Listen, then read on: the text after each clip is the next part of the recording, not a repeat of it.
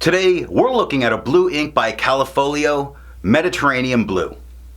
Hi, I'm Adam, and I'm an ink guy. I get inks, test them, and share the results with you. Now, there's timestamps down below so that if you are in a hurry, you can skip around.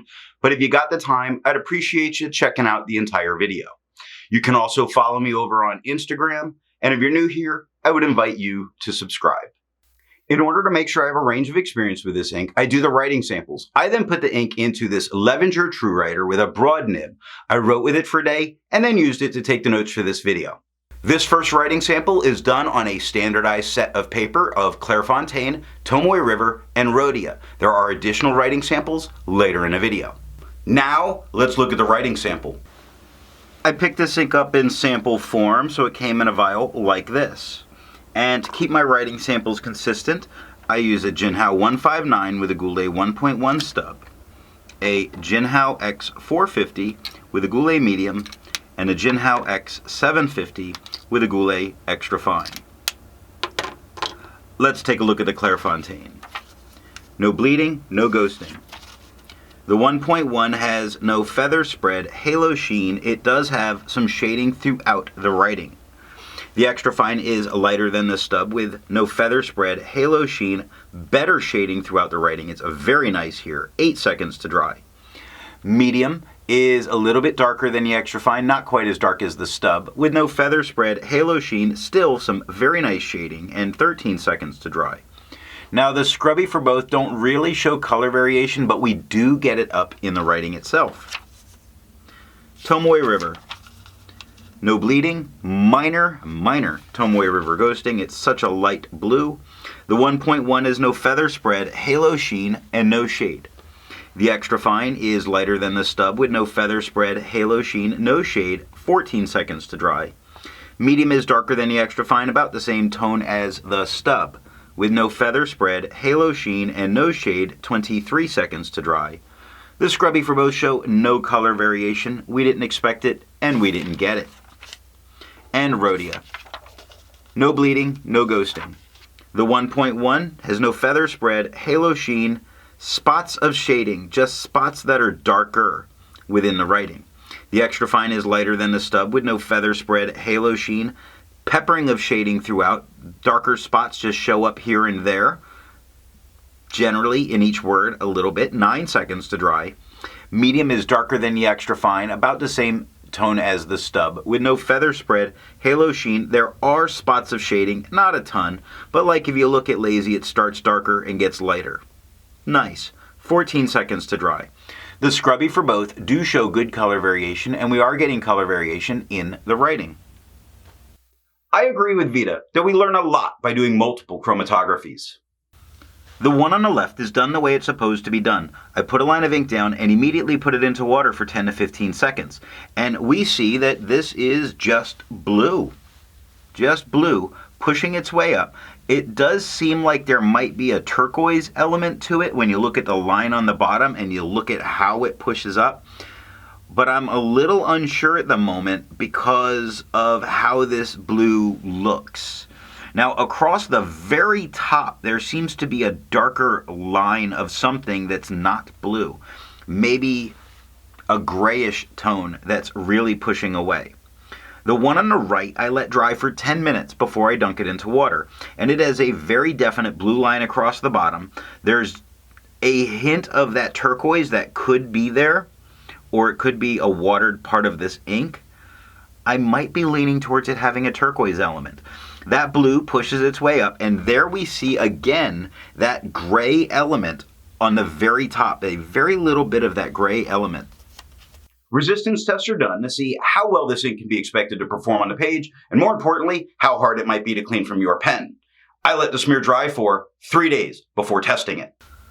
Looking at the highlighter, I'm not surprised that it blew out so much with a Callifolio ink. They're not really known for being resistant, and re-wetting it with a highlighter is water again, essentially, so I wouldn't use it in a note-taking situation looking at what happened to the lowercase h.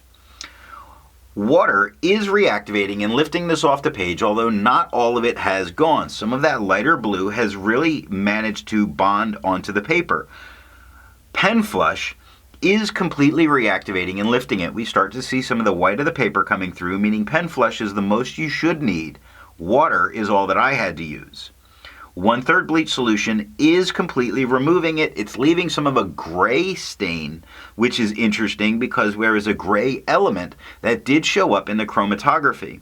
But you don't need to use a 1/3 bleach solution to get this out of your pen. I test ink viscosity or flow by using a tilt test, and I'll link that somewhere here. And for the inks I've tested, I have found an average viscosity of 2.5, with the realm of normal being from 2.1 to 2.9. Put the data onto a bell curve or standard deviation for it to be easily understood.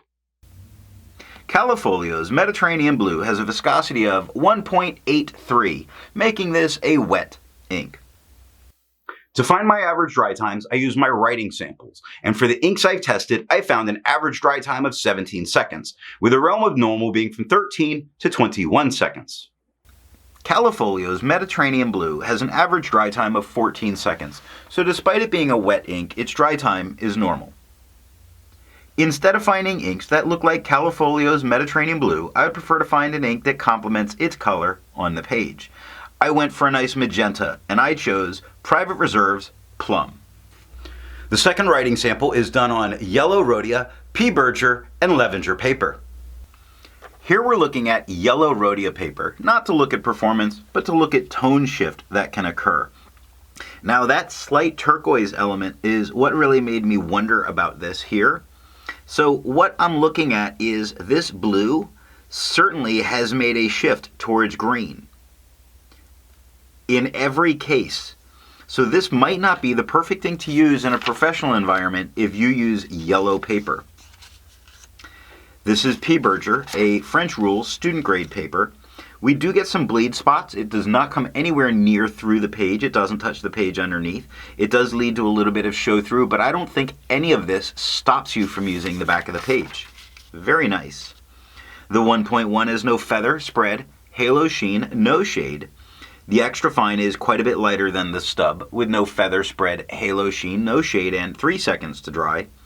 Medium is darker than the extra fine, about the same tone as the stub, with no feather, spread, halo sheen, no shade, 4 seconds to dry. The scrubby for both, actually the scrubby of the extra fine shows some color variation, the medium shows none, but we got none in the writing. And Levenger. No bleeding, no ghosting. The 1.1 has no feather, spread, halo sheen, and no shade. The extra fine is a lot lighter than the stub, with no feather, spread, halo sheen, no shade, 4 seconds to dry. Medium is the same tone as the stub, with no feather, spread, halo sheen, no shade, 7 seconds to dry. The scrubby for both show no color variation, and we didn't get any in the writing, and that's all that I have for the writing samples. So what do I think of Callifolio's Mediterranean Blue? When I first did the swab, I was really looking forward to writing with it. And then I wrote with it. And I got an incredibly pale, dusty blue, which is absolutely not for me. But if you do like pale, dusty blues, this is going to be absolutely perfect. So what nib and pen are going to give the best writing experience with this ink? The only way I got a tone that I found really usable was by using a very wet fine pen. All the rest of it came across to me as just yuck. If you enjoyed this video, give it a thumbs up, and thanks for watching.